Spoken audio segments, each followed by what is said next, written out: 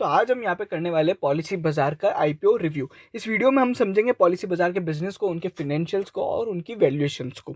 चलिए, अगर हम यहाँ पे देखें, सबसे पहले अगर आप हमारे चैनल पे पहली बार आ रहे हैं तो चैनल को बिल्कुल जरूर सब्सक्राइब कर ले और बेल आइकन जरूर दबा लें। आप हमें टेलीग्राम पे फॉलो कर सकते हैं, जो कि हमारा ऑटोमेटेड न्यूज़ फीड है। चलिए, अब यहाँ पे आईपीओ की कुछ की इंपॉर्टेंट डिटेल्स पे बात कर ली जाए। 1 नवंबर से 3 नवंबर के बीच में आईपीओ खुल रहा है। अच्छा, उसके बाद अगर अपन देखें, यहाँ पे प्राइस बैंड 940 से 980 रुपीज़ रखा गया है, जिसपे अभी जो लगभग जीएमपी चल रहा है 150 के आसपास चल रहा है। जीएमपी का परसेंटेज बहुत ही कम है, मतलब 10 से 15% है। मार्केट साइज इसका बेसिकली 15 का लॉट साइज है, तो यहाँ पे वही जो अपनी एप्लीकेशन होती है, मतलब 15,000 के आसपास होती है, तो उतनी रहेगी। तो ये कुछ आईपीओ की डिटेल्स रह गई है, ठीक है, जो इंपॉर्टेंट डिटेल्स अपने को दिमाग में रखनी चाहिए। अच्छा, अब अगर अपन देखें तो कंपनी के बिजनेस के बारे में बात करें, बेसिकली ये ऑनलाइन प्लेटफॉर्म है लेंडिंग और यहाँ पे इंश्योरेंस बिजनेस का। अब यहाँ पे क्या होता है, इनके दो बिजनेस है, एक तो पैसा बाजार है, ठीक है, और एक यहाँ पे इनका पॉलिसी बाजार का बिजनेस है। पैसा बाजार पे लेंडिंग प्लेटफॉर्म्स जो है, लेंडिंग प्रोडक्ट्स बेचे जाते हैं, और इंश्योरेंस प्रोडक्ट्स यहाँ पे अपने पॉलिसी बाजार पे बेचे जाते हैं। लेंडिंग प्रोडक्ट्स का मतलब क्या हुआ, बेसिकली लोन्स वगैरह, क्रेडिट कार्ड के loans, personal loan, home loan, housing loan वगैरह जो भी होते हैं अपने, वो यहाँ पे बेचे जाते हैं। अब ये कैसा कमाते हैं, ये पैसा बेसिकली यहाँ पे फीस और कमीशन के थ्रू कमाते हैं। अभी अगर अपन बात करें, 90% जो इनकी अर्निंग्स है वो यहाँ पे बेसिकली फीस और कमीशन से है।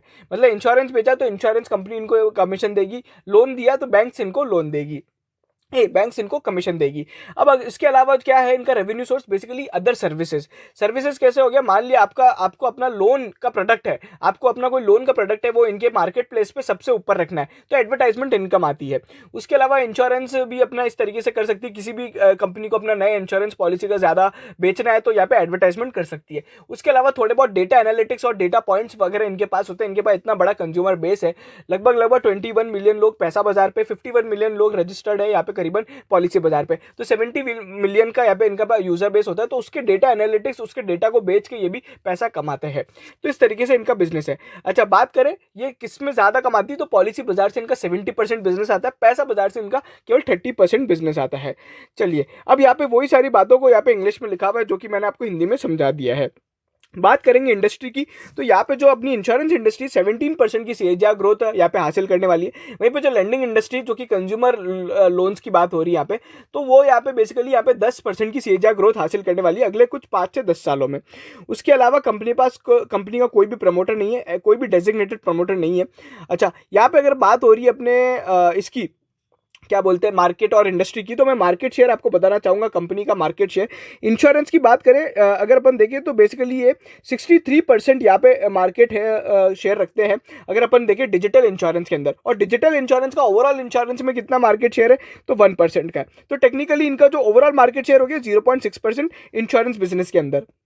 वहीं पे अपन बात करें इनके पास लगभग 50% मार्केट शेयर है यहाँ पे कंज्यूमर जो लोन्स, ऐसे लोन्स जो डिजिटली बिकते हैं। बट ऐसे डिजिटल लोन्स का ओवरऑल कंज्यूमर में कितना मार्केट शेयर है, तो 22%। तो इनका टेक्निकली मार्केट शेयर कितना हो गया, 11%। तो बहुत ही कम यहाँ पे इंश्योरेंस और यहाँ पे लैंडिंग प्रोडक्ट्स में इनका मार्केट शेयर है, बट डिजिटल स्पेस में ये लोग लीडर है, इनसे बड़ा अभी कोई नहीं है। अब अगर अपन बात करें, यहाँ पे 3750 का करोड़ का इनका फ्रेश इशू है, जो कि पैसा सर इनके कंपनी के पास जाने वाला है। उसमें से अपन यहाँ पे इसके जो ऑब्जेक्ट्स ऑफ ऑफर है उसके बारे में भी मैं आपको बता देता हूँ क्या क्या होने वाला है। विजिबिलिटी एंड अवेयरनेस को बढ़ाना है।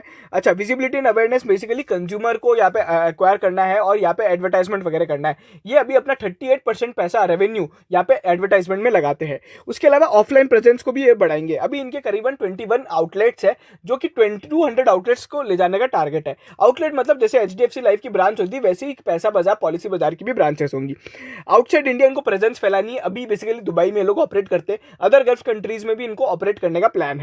फिर यहाँ पे कुछ स्ट्रेटेजिक एक्विजिशंस करने के लिए भी कंपनी ने कुछ पैसा जुटाने की यहाँ पे बोल रही है। इंश्योरेंस और यहाँ पे स्पेस में बहुत ज्यादा कंपनी ने लिस्ट आउट किया कि कहाँ हम लोग कर सकते हैं। बेसिकली पेटीएम या फिर जिस तरह के बिजनेस में पेटीएम काम करती है, इस तरह की कंपनीज को ये लोग अक्वायर करने का प्लान रखते हैं। मैं ये नहीं बोल रहा हूँ कि पेटीएम को ही अक्वायर कर लेगी, ऐसा तो नहीं हो सकता, बट यहाँ पे इस तरह की कंपनीज को वो अक्वायर करेंगे। हो सकता है ये किसी ब्रोकर को अक्वायर कर ले। पैसा बाजार वैसे भी सेबी रजिस्टर्ड है, एज अ इन्वेस्टमेंट एडवाइजर।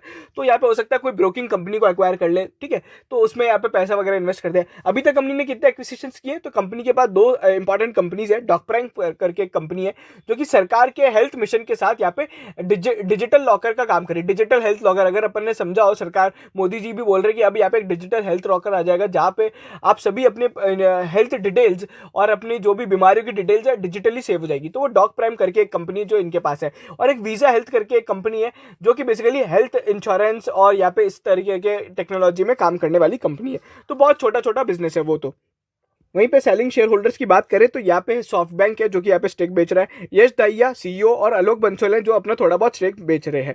उसके अलावा मैं आपको बता दूं इन्फो एज यहाँ पे कोई भी अपना स्टेक नहीं बेच रहा है। बात करें कंपनी के कुछ फाइनेंशियल्स की, तो कंपनी एक लॉस मेकिंग बिजनेस है। अगर आप देखोगे तो कंपनी का जो लॉस है यहाँ पे अगर आप देखोगे 1500 मिलियन का कंपनी को लॉस हुआ था FY21 में। जून 2021 एक क्वार्टर की बात करें तो 1100 मिलियन का लॉस हो चुका है। मतलब लगभग एक साल में जितना लॉस हुआ था इस क्वार्टर में लगभग उतना लॉस हो चुका है। वहीं पे कंपनी के अंदर रेवेन्यू की ग्रोथ कैसी है, तो यहाँ पे रेवेन्यू जो ग्रोथ है कंपनी की टोटल इनकम अगर आप देखें तो 957 करोड़ का कंपनी रेवेन्यू कमाती है, और इसका मार्केट कैप जो आ रहा है करीबन 46,000 करोड़ का आ रहा है। लगभग प्राइस टू मतलब मार्केट कैप टू सेल्स का जो रेशियो है वो 45 के आसपास आ गया है, जो कि काफी ज्यादा है। अच्छा, यहाँ पे कंपनी का बिजनेस तो ग्रोइंग है। अगर अपन देखें 528 करोड़ से बिजनेस यहाँ पे 957 करोड़ पे आया है 3 साल के अंदर। But being a loss making company का नेटवर्थ भी यहाँ पे लगातार हिट होता जाता है। कंपनी लगातार अपने पैसे और यहाँ पे एक्सपेंस को फंड करने के लिए फंडिंग उठाती रहती है। तो हर साल थोड़ी बहुत इक्विटी फंडिंग की इनको जरूरत रखती है, और इसलिए कंपनी का धीरे धीरे नेटवर्थ बढ़ता जा रहा है। अच्छा, उसके बाद यहाँ पे प्राइस टू बुक रेशो भी अपन कैलकुलेट कर सकते हैं जो कि लगभग 20 के आसपास होगा। बेसिकली नेट एसेट वैल्यू पर शेयर होता है जो कि नेटवर्थ पर शेयर को भी बोला जाता है, तो वो है बेसिकली 51 रुपीज़। कंपनी के खिलाफ थोड़ी बहुत यहाँ पे बेसिकली यहाँ पे बोरिंग्स नहीं है कंपनी के इसमें, तो ये एक हो गया है। तो ओवरऑल ये जो मॉडल है एसेट लाइट मॉडल है। कंपनी के अलावा कंपनी के पास अपनी बैलेंस शीट में कोई खास एसेट भी नहीं है, लाइबिलिटीज कुछ खास है नहीं। तो बेसिकली ये सारी चीज़ हो गई है। अच्छा, इनके खिलाफ थोड़ी बहुत यहाँ पे लाइबिलिटी अदर केसेस है जो बिजनेस केसेस वगैरह लगे रहते हैं इनके बिजनेस में, इनकम टैक्स वगैरह के, तो वो यहाँ पे बताए गए हैं। अच्छा, ये कंपनी का शेयर प्राइस हिस्ट्री है। आपको मैं बता दूं, आप यहाँ पे आरएचपी जो कि डॉक्यूमेंट होता है वो बहुत ज़्यादा डिटेल्ड होता है, और उसमें आप सारी चीज़ें आपको मिल जाएगी। इससे डिटेल्ड डॉक्यूमेंट कहीं नहीं होगा। अगर आपको मैं बताऊं, आप लोगों ने देखा हो तो आईआरसीटीसी का वीडियो हमने जो अभी आईआरसीटीसी में जो लास्ट बड़ा ब्लंडर हुआ है वो बेसिकली कंपनी के डीआरएचपी में भी लिखा हुआ था और आरएचपी में भी लिखा हुआ था। हमने एनुअल रिपोर्ट के एनालिसिस में भी पकड़ा था। तो इसलिए मैं बोलता हूँ एक कंपनी में सारी चीज़ें जाननी हो ना तो आरएचपी और एनुअल रिपोर्ट पढ़नी चाहिए, और स्टार्टअप कंपनीज की बिल्कुल पढ़नी चाहिए, क्योंकि उनमें ऐसा क्या है जो इनकी वैल्यूएशन इतनी यहाँ पे खतरनाक बनाता है। तो वो अपने को बिजनेस समझना ही चाहिए। जैसे कि अपन अब यहाँ पे शेयर प्राइस हिस्ट्री देख सकते हैं कंपनी की। तो मैं आपको बता दूं लास्ट जो इन लोग ने फंडिंग करी थी उसमें 380 रुपीज़ का शेयर प्राइस रखा गया था, ठीक है, बोनस वगैरह के बात बता रहा हूँ मैं। और अभी यहाँ पे जो आपको शेयर दिए जा रहे हैं वो 980 रुपीज़ में दिए जा रहे हैं। तो बेसिकली जो यहाँ पे वैल्यूएशन है 2.5 टाइम्स बढ़ गई है लास्ट फंडिंग से। कंपनी के पास थोड़े बहुत प्रेफरेंस शेयर्स थे जिसको यहाँ पे कंपनी ने अब यहाँ पे इक्विटी के साथ मर्ज कर दिया है। अच्छा, इनके पास यहाँ पे कोई भी प्रमोटर तो है नहीं, और अगर अपन देखें यहाँ पे जो सबसे बड़ा शेयर होल्डर है, बस एक और बात है कि कुछ शेयर होल्डर्स ने अपने स्टेक को यहाँ पे प्लेज कर रखा है, तो जो कि एक नेगेटिव खबर होती है। अच्छा, यहाँ पे अगर अपन देखें तो मेक सेंस टेक्नोलॉजीज जो कि इन्फो एज की कंपनी है जिसका 14-15% स्टेक है लगभग। फिर टेंसेंट होल्डिंग्स है, सिकोय अपना यहाँ पे सॉफ्ट बैंक है। उसके अलावा यहाँ पे स्टेड व्यू करके है, और ट्रू नॉर्थ करके है, एबीजी कैपिटल है, टाइगर ग्लोबल है। उसके अलावा ब्लैक रॉक और यहाँ पे कुछ गोल्डमैन सैक्स और यहाँ पे नोमुरा जैसी जो कंपनीज है, Fidelity investment, Abu Dhabi investment authority, ये सब कंपनीज यहाँ पे अभी अपने एंकर बुक के थ्रू आई है, एंकर इन्वेस्टर्स के थ्रू आई है। अच्छा, एंकर इन्वेस्टर्स क्या होते हैं और उनका क्या इंपैक्ट है? आईपीओ खुलने से एक दिन पहले बड़े इन्वेस्टर्स को आईपीओ ऑफर किया जाता है। तो बेसिकली वो यहाँ पे ऑफर किए गए लगभग 2500 करोड़ रुपए यहाँ पे कंपनी ने यहाँ पे उससे जुटा लिए हैं, ठीक है। अब ये जो लोग होते हैं ये यहाँ पे बेसिकली अगले 30 दिन तक शेयर नहीं बेच सकते। अब यहाँ पे इसका मतलब क्या होता है कि जैसे ही 30 दिन खत्म होंगे ना कंपनी के लिस्टिंग के बाद, तो यहाँ पे शेयर प्राइस में एक नेगेटिव मूवमेंट देखने को मिलता है, जैसे कि अभी अपना पारस डिफेंस में देखने को मिल रहा है। मैंने इसके बारे में लास्ट वीक बताया था जब सर्किट नहीं लगा था, तब मैंने बोला था कि आप अब यहाँ पे पारस डिफेंस बेच दीजिए। और अगर आप देखोगे लास्ट 5 दिन तक, मतलब मंडे से लेके फ्राइडे तक 5 दिन तक यहाँ पे पारस डिफेंस में लोअर सर्किट लगे हैं, ठीक है। टोटली वो वैल्यूएशन जस्टिफाइड नहीं है। और यहाँ पे क्या होता है कि जब भी एंकर इन्वेस्टर्स की वो लॉक इन पीरियड खत्म होता है 30 दिन का, तो उसके बाद शेयर प्राइस में यहाँ पे सेलिंग प्रेशर देखने को मिलता है। मैं आपको इसलिए बता रहा हूँ क्योंकि बहुत से लोग यहाँ पे इसको होल्ड करने की सोच रहे हैं। तो उसका मैं एक चीज बता दूं कि 30 दिन बाद यहाँ पे आपको सेलिंग प्रेशर देखने को मिलेगा, तो आप उस तरीके से आप अपना डिसीजन ले सकते हैं। चलिए, अब यहाँ पे थोड़ी इंडस्ट्री की बात हो जाए, जिस इंडस्ट्री में लोग काम करते हैं। मार्केट शेयर अपन जान ही चुके हैं, 11% इनका मार्केट शेयर है लेंडिंग बिजनेस में, 1% से कम है इंश्योरेंस बिजनेस में। अगर आप देखेंगे अभी बहुत सारी डिटेल्स, बहुत सारे चार्ट देखेंगे जहाँ पे अपने को लगेगा इंडिया अंडर पेनिट्रेटेड मार्केट है लेंडिंग और इंश्योरेंस सेक्टर के अंदर। और ये जो डिटेल्स है, ये जो चार्ट है, ये बेसिकली कंपनी ने एक एनालिस्ट को पैसे देके ही बनवाई है। तो हो सकता है ये जो डिटेल्स हो, इसमें ऐसा कुछ बताया जाए जो कि अपने को ऐसा लगे कि बेसिकली ये पॉलिसी बाजार के बिजनेस को बहुत फेवरेबल दिखाती है। जैसे कि इंडिया में वर्किंग पॉपुलेशन काफ़ी ज़्यादा है, लगभग यहाँ पे 54% है। उसके अलावा इंडिया में जो कंज्यूमर पेनिट्रेशन है ऑनलाइन चैनल्स का, वो भी बहुत कम है। अगर अपन देखें, केवल 45% लोग ही यहाँ पे इंडिया में आज यहाँ पे इंटरनेट की सेवा उपलब्ध करते हैं। उसके अलावा ऑनलाइन चैनल्स की बात करें तो 14% का पेनिट्रेशन है, मतलब जो ऑनलाइन सर्विसेज ली जाती है, डिजिटल लोन वगैरह या फिर किसी भी तरह की फिनटेक सर्विसेज, जो कि आने वाले समय में अगर अपन देखेंगे तो बढ़ने वाली है। ठीक है, तो 38% हो जाएगी। वहीं पर अगर अपन यूएस और चाइना से कंपेयर करें, वहां पे ये पेनिट्रेशन काफी हाई है। सो ओवरऑल लो पेनिट्रेशन है। अगर अपन इंश्योरेंस को देखें as a sum of GDP, तो यहाँ पे 25% है लाइफ इंश्योरेंस, जो कि बाहर की कंपनीज, बाहर की कंट्रीज में बहुत ज्यादा होता है। नॉन लाइफ इंश्योरेंस में और कम है, 1% ऑफ द जीडीपी है। ठीक है, तो इससे बेसिकली अपने को ये समझ आ रहा है। उसके अलावा सरकार ने बहुत सारी स्कीम लगा रखी है। बेसिकली जितनी भी सरकार इंश्योरेंस और यहाँ पे प्रधानमंत्री जनधन योजना और ये सारी जो योजना लाती है, इनसे पॉलिसी बाजार जैसे बिजनेस को भी फायदा होता है। इंश्योरेंस का मार्केट शेयर मैंने आपको बताया कैसे बढ़ने वाला है, जिसमें से लाइफ इंश्योरेंस सबसे बड़ा मार्केट है। अच्छा sum assured as a percentage of GDP भी अपन देख सकते हैं 25% है, जो कि सभी बड़ी कंट्रीज से कम है। उसके अलावा मोर्टेलिटी प्रोटेक्शन गैप, मतलब एक आदमी की इनकम, मतलब एक अर्निंग आदमी की इनकम ओवरऑल अपने फैमिली इनकम में कितनी परसेंटेज होती है वो बताया गया। मतलब इससे ये पता पड़ रहा है कि उसके जाने के बाद एक 83% इनकम यहाँ पे गैप क्रिएट हो जाएगा। तो वो बेसिकली फंड करने के लिए लोग बाग क्या करते हैं, लाइफ इंश्योरेंस पॉलिसी लेते हैं, ताकि उनके जाने के बाद यहाँ पे उनको पैसा मिल जाए, उनकी फैमिली को मिल जाए, बेसिकली जिंदगी के साथ भी और जिंदगी के बाद भी। ठीक है, तो ये सारी चीजें बताई गई है। अच्छा, इंडिया में क्या होता है कि जो हेल्थ एक्सपेंडिचर है वो भी बहुत कम है। एक आदमी अपने हेल्थ पर कैपिटा जो हेल्थ एक्सपेंडिचर है इंडिया में बहुत कम है। 5,500 रुपए ही मामूली बात है जो अपन खर्च करते हैं। अपन जल्दी से डॉक्टर के पास जाते नहीं है। Out of pocket expense India में 63% है। मतलब बाहर की कंट्रीज में क्या होता है कि यहाँ पे जब आप हेल्थ एक्सपेंडिचर करते हो तो केवल 11% ही यहाँ पे आपकी पॉकेट से लगेगा, बाकी 80% 90% पैसा इंश्योरेंस कंपनीज, जो हेल्थ इंश्योरेंस कंपनीज है, वो देती है। इंडिया में इंश्योरेंस इतना कम है कि लोगों को 63% पैसा खुद बियर करना पड़ता है। तो इससे डेटा से ये पता पड़ता है। ठीक है, फिर लाइफ इंश्योरेंस की ग्रोथ जो है वो काफी ज्यादा होने वाली है, लगभग 20% सीएजीआर ग्रोथ है। और नॉन लाइफ इंश्योरेंस की ग्रोथ 11% से होने वाली है, तो सिंगल डिजिट ग्रोथ है। तो वो इस तरीके का ये बिजनेस है, इस तरीके का ट्रेंड है। अच्छा इनका कंज्यूमर प्लेटफॉर्म कैसे काम करता है, ये जो इनका मार्केट प्लेस वगैरह है, मैंने आपको इनका रेवेन्यू मॉडल और वो सब तो समझा ही था। अब ये लोग क्या करते हैं, बेसिकली कंज्यूमर को एंगेज करते हैं। उसका पहले देखते हैं उसकी नीड क्या है, उसके हिसाब से इनको है ना प्रोडक्ट ऑफर किए जाते हैं। और प्रोडक्ट ऑफर करने के बाद आफ्टर सेल सर्विस ये लोग पॉलिसी मैनेजमेंट में देते हैं। तो इस तरीके से ये लोग काम करते हैं। मार्केट शेयर पे मैं वापस बात नहीं करूंगा। अच्छा, ये बेसिकली क्या बताया, हर पिछले 8 क्वार्टर का ये बताया गया कि किससे क्यू ऑन क्यू ग्रोथ देखने को मिली है। डार्क ब्लू में बताया गया है बेसिकली लाइफ इंश्योरेंस, और general insurance basically light blue में बताया गया है। Q2 जो था FY21 का, उसके अंदर एक अच्छी खासी ग्रोथ देखने को मिली थी। बट यहाँ पे वापस है ना, ये जो ग्रोथ है ये धीरे धीरे ऊपर नीचे होती रहती है। इंडिया में आज भी insurance as a developed business नहीं है। ठीक है, वैसे कंज्यूमर क्रेडिट जो है, कंज्यूमर लोन्स जिसकी बात कर रहे हैं, मतलब जो एक रिटेल आदमी लोन लेता है वो कंज्यूमर लोन्स कहलाते हैं। जैसे कि हाउसिंग लोन, ट्रक लोन, अपना यहाँ पे बाइक लोन वगैरह, व्हीकल लोन्स वगैरह, पर्सनल लोन हो गया, शादी के लिए लोन हो गया, वो सब यहाँ पे कंज्यूमर लोन्स में आता है। उसकी क्या ग्रोथ देखी जा रही है, 10% की ग्रोथ देखी जा रही है। उसका अंडर पेनिट्रेशन है क्या, बिल्कुल 18% as a percentage of GDP यहाँ पे कंज्यूमर लोन्स है। उसके अलावा क्रेडिट कार्ड भी लोग बहुत कम यूज करते हैं। हाउसिंग क्रेडिट भी इंडिया में बहुत कम है अगर आप देखोगे। ठीक है, तो इस तरीके से यहाँ पे काम हो रहा है, अंडर पेनिट्रेशन की बात की जा रही है।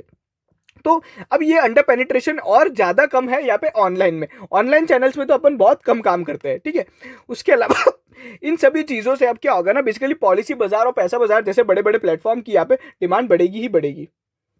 अब थोड़े कंपनी के बिजनेस को अगर अपन डिटेल में समझे तो बेसिकली यहाँ पे है ना, ये एक एसेट लाइट मॉडल है जहाँ पे किसी भी तरह की रिस्क नहीं होती है। मतलब इंश्योरेंस कंपनी पे जो रिस्क होती है, अंडर राइटिंग रिस्क होती है कि एक आदमी के मरने के बाद उसे पैसे देने पड़ेंगे, या फिर कोई एक्सीडेंट हो गया तो पैसे देने पड़ेंगे, कोई लोन नहीं चुका है तो एनपीए हो जाएगा। ये रिस्क इनके बिजनेस में नहीं होती है। टोटली एसेट लाइट मॉडल है।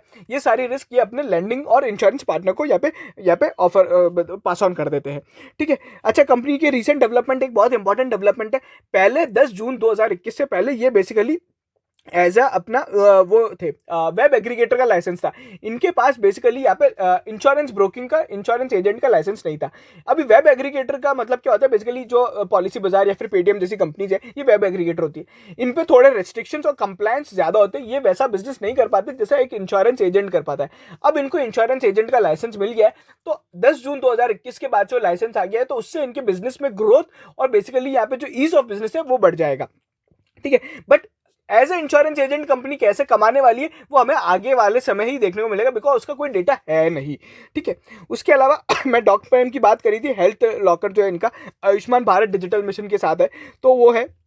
फिर वीजा हेल्थ प्राइवेट लिमिटेड है, जिसमें इनका एक अच्छा खासा 96% स्टेक है, जो कि एक हेल्थ इंश्योरेंस स्टार्टअप है। अच्छा, यहाँ पे एक और जो मेरे को चीज़ बतानी थी वो आपको ये है कि बेसिकली इनका जो पैसा बाजार वाला बिजनेस है वो भी रेगुलेटेड है, सेबी इन्वेस्टमेंट एडवाइजर के रेगुलेशंस में वो कवर होता है।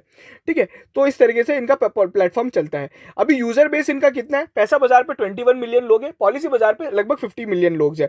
ये आप देख सकते हो कितनी लास्ट ईयर यहाँ पे पॉलिसीज इन्होंने बेची है, 47 बिलियन की पॉलिसीज बेची है, 7 ट्रिलियन सम इंश्योर्ड है। यहाँ पे अगर अपन देखें इंश्योरेंस पार्टनर 49 है, जो कि पिछली बार से 51 से कम हो गए हैं।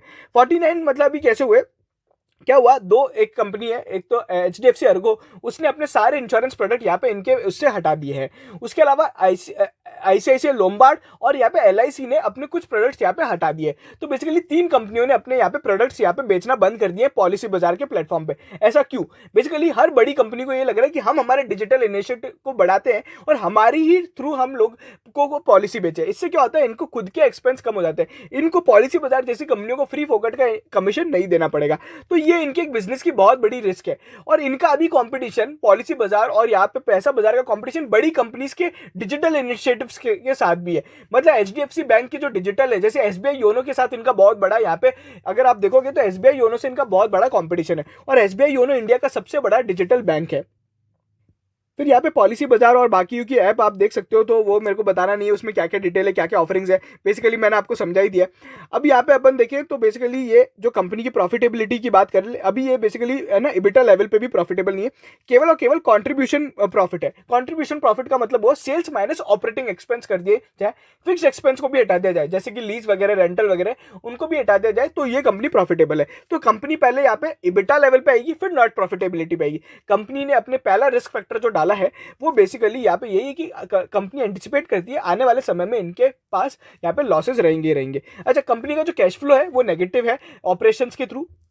ठीक है, और यहाँ पे इन्वेस्टमेंट के थ्रू भी नेगेटिव रहा है, बिकॉज कंपनी लगातार इन्वेस्टमेंट करती रहती है। फाइनेंसिंग के थ्रू हमेशा पॉजिटिव रहता है, क्योंकि हर बार नया नया पैसा लोगों से जुटाया जाता है। तो इस तरीके से इनका काम होता है। अब की कॉम्पिटिटिव स्ट्रेंथ वगैरह दी गई है, जो कि बेसिकली ये बताया जाता है ज़्यादा कंज्यूमर, ज़्यादा लोन, ज़्यादा प्रोडक्ट और ज़्यादा लोग आएंगे तो ज़्यादा बड़ी बड़ी कंपनीज इनके साथ कोलैबोरेट करेगी।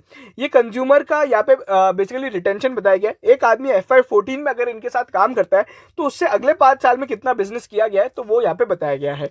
ठीक है, तो इस तरीके का ये कंज्यूमर पेनिट्रेशन का डेटा है। यहाँ पे डेटा आपको बहुत अच्छे मिलेंगे। एक कंपनी यहाँ पे आगे एक प्लान करने वाली है, आज ये केवल रिटेल को ही लोन देते हैं, उनको ही लोन बेचते हैं। बाद में कंपनी का ये भी प्लान है कि यहाँ पे SME और कॉर्पोरेट क्लाइंट्स को, बड़े क्लाइंट्स को यहाँ पे HDFC बैंक जैसी या फिर जो मतलब बड़ी बड़ी जो कॉर्पोरेट ग्रुप्स है उनको भी लोन दिया जाए। ठीक है, बेसिकली B2B बिजनेस जिसको अपन बोलते हैं।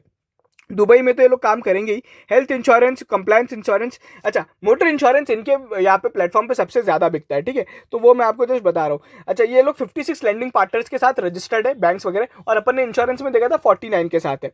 तो इस तरीके से इनका यहाँ पे काम होता है। ये ओवरऑल अभी इनका मैंने बिजनेस आपको ओवरऑल समझा ही दिया। पॉलिसी बाजार का जैसे कि कॉम्पिटिशन किन किन से वो भी मैंने बताया, पैसा बाजार का किन किन से वो भी मैंने आपको बताया, पेटीएम जैसी कंपनियों के साथ भी ये लोग यहाँ पे करते हैं। अब बात आ जाती है कंपनी के रिस्क फैक्टर, रिस्क फेस करती है। बेसिकली कंपनी अभी बोल रही है कि हम लोग आने वाले समय में भी लॉस करेंगे, जो कि आप यहाँ पे देख सकते हो, ऊपर ही ऊपर यहाँ पे लिखा हुआ है। ठीक है, कंपनी के कैश फ्लोज भी नेगेटिव रहेंगे, कोविड-19 जैसे कोई चीजें होती है तो यहाँ पे इंपैक्ट होगा। रिस्क फैक्टर पे क्यों फोकस किया जा रहा है, अगर आपने देखा होगा ना, तो IRCTC में जो लास्ट ब्लंडर हुआ है वो उनने कंपनी ने अपने रिस्क फैक्टर में लिख रखा था कि इस तरह की चीजें हो सकती है। ठीक है, अच्छा ऐसा बहुत बार देखा गया है, जैसे कि ना मतलब बहुत बार है ना इनके पार्टनर बैंक्स या फिर पार्टनर इंश्योरेंस कंपनीज पे कोई बैन लग गया, तो हो सकता है ये लोग कंज्यूमर को यहाँ पे वो सर्विस ना दे पाए। जैसे HDFC ने क्रेडिट कार्ड पे बैन लग गया था, तो वो यहाँ पे लोन नहीं दे पाए थे। ठीक है, या क्रेडिट कार्ड नहीं ऑफर कर पाए थे। उसके अलावा बहुत बार ये भी होता है कि यहाँ पे इन लोग ने जो प्रोडक्ट ऑफर कर रखा है उसकी इंफॉर्मेशन गलत होने के कारण यहाँ पे कंज्यूमर को वो सर्विस ना मिले। मतलब आपने तो खरीद लिया, आपने तो सेलेक्ट कर दिया क्रेडिट कार्ड ये खरीदना है, बट बाद में हो सकता है कंज्यूमर आपको, जो इनका लेंडिंग पार्टनर है, वो यहाँ पे इनको रिजेक्ट कर दे। तो इस तरह की चीजें हैं। उसके अलावा अगर अपन देखें इनके लार्ज जो पार्टनर्स है, मतलब 4 टॉप इंश्योरेंस कंपनी से इनका 32% का बिजनेस आता है। मान लीजिए अगर एक भी कंपनी ने आईसीआईसीआई, लोम्बार्ड या फिर किसी भी एलआईसी जैसा काम किया, तो हो सकता है इनका बिजनेस यहाँ पे इंपैक्ट हो जाएगा। तो ये सारी चीजें हो गई। नेगेटिव कैश फ्लो कंपनी के हो रहे हैं और कंटिन्यू होंगे, ऐसा कंपनी बोल रही है। तो ये मोटा मोटी कंपनी के बेसिकली लॉसेस वगैरह है। और टेक्नोलॉजी और इंफ्रास्ट्रक्चर में डेटा ब्रीच वगैरह तरह के जो लॉसेस होते हैं, वो तो जो वो रिस्क होती है वो तो रहेगी रहेगी। तो ये मोटा मोटी कंपनी के यहाँ पे लॉसेस है। अच्छा, आईआरडीए के इंस्पेक्शन से यहाँ पे लोग सब्जेक्ट टू होते हैं, और हो सकता है यहाँ पे आईआरडीए ने बहुत बार इन पे यहाँ पे सवाल भी उठाए, तो वो भी हो सकते हैं। तो कल को हो सकता है जैसे आईआरडीए ने इनसे कुछ क्वेश्चन किया, तो स्टॉक प्राइस में एक नेगेटिव इंपैक्ट देखने को मिल सकता है। मैं आपको इसलिए बता रहा हूँ क्योंकि आपको यहाँ पे चीजों पे पड़ता पड़े। अच्छा, कुछ चीजें ऐसी भी होती है जो यहाँ पे ना बहुत बार इनके बिजनेस को ऐसे इफेक्ट करती है। बीच में क्या हुआ था, चाइना की जो डिजिटल लोन एप्स थी, उन पे बहुत ज्यादा यहाँ पे ना आरबीआई ने चीजें वो कर दी थी। तो इसके कारण क्या हुआ, पैसा बाजार का वो वाला बिजनेस है, लैंडिंग बिजनेस, वो थोड़ा इंपैक्ट हो गया था। आपको पता है अभी लोन की दरें कम है, तो ये भी एक बहुत बड़ी रिस्क है। अगर लोन की दरें बढ़ेगी, जो कि आरबीआई बोल रही है कि थोड़ी देर टाइम बाद हम बढ़ाएंगे, तो हो सकता है यहाँ पे लोन लेने की जो बेसिकली लोगों की वो है वो कम हो जाएगी। क्योंकि क्या होगा, लोन दर बढ़ेगी तो यहाँ पे डिमांड हो सकता है फॉल हो जाए। तो इस तरीके के बिजनेस यहाँ पे इंपैक्ट हो सकते हैं। तो ये मैंने मोटा मोटी आपको सारी चीजें बता दी है, इनके बिजनेस में किस तरीके से काम होता है। ठीक है, तो अब मेरी राय यहाँ पे क्या है। सबसे पहली बात तो ये, इसकी वैल्यूएशंस काफी हाई है। अगर अपन देखें इंडिया में टॉप 4 कंपनीज को अगर आप देखोगे, तो चौथे पांचवें नंबर पे यहाँ पे इंश्योरेंस कंपनी में अगर अपन देखें तो ये एसबीआई और एचडीएफसी या फिर अपना जीआईसी के बाद इसकी वैल्यूएशंस आती है। 46,000 करोड़ की वैल्यूएशंस है। जो जीएमपी है इसका, वो बहुत कम है, 980 रुपीज अभी इसका प्राइस है, और 150 रुपये इसका जीएमपी है। तो जीएमपी का अगर अपन परसेंट देखेंगे 15% ही होता है। कोई भी बाजार में नेगेटिव मूवमेंट के कारण हो सकता है ये इंपैक्ट हो जाए। ठीक है, तो अपन अभी क्या करेंगे, बेसिकली मैं इसको अवॉइड करूंगा बिकॉज ऑफ मल्टीपल फैक्टर्स। एक तो लॉस मेकिंग है, कॉम्पिटिशन फिनटेक में बहुत ज्यादा है, तो मेरी राय रहेगी यहाँ पे अवॉइड। बाकी किसी को भी एक बार लगाना है तो यहाँ पे लिस्टिंग गेन की तरफ से यहाँ पे सोच के मत लगाइएगा, क्योंकि अगर बाजार में नेगेटिव मूवमेंट आता है तो ये जो लिस्टिंग गेन है, जो 15% के जीएमपी दिख रहा है, वो एकदम से इरोड हो जाएंगे। तो आप ये मान के चलिएगा कि आप थोड़े लंबे समय के लिए अप्लाई कर रहे हैं, मीडियम टर्म के लिए अप्लाई कर रहे हैं। और मैं तो हमेशा यहाँ पे राय दूंगा, एक स्टार्टअप में जनरली जो लॉस मेकिंग होता है, कि एक बार थोड़ा टाइम वेट कीजिए, उसको देखिए कि यहाँ पे वो कैसा परफॉर्म कर रहा है, 1-2 क्वार्टर के रिजल्ट आने दीजिए, फिर अपन उसके बारे में यहाँ पे डिसीजन लेंगे। ठीक है, ओवरऑल अगर आप मुझसे पूछते हो कि इन बिजनेस पे आपकी क्या राय है, स्टार्टअप्स पे क्या राय है, तो आई am bullish on the startups. But देखिए, कार ट्रेड को जैसे हम लोग ने अवॉइड किया था, तो वैसे ही मैं आज पॉलिसी बाजार को भी अवॉइड कर रहा हूँ। But I am bullish on Nykaa, Paytm as well as Zomato. ठीक है, उन बिजनेस की बात अलग है, उन बिजनेस में कॉम्पिटिशन इतना नहीं है जितना इस बिजनेस में है। तो इस तरीके की यहाँ पे राय रहेगी। अगर आपको वीडियो पसंद आया तो प्लीज चैनल को सब्सक्राइब करें। बाकी सारी आईपीओ की डिटेल्स वगैरह और लास्ट में जो हम लोग डिसीजन लेंगे, वो आपको हमारे टेलीग्राम और ट्विटर चैनल पे अपलोड हो जाएगा, तो आप वहां पे जाके देख सकते हैं। Thank you so much.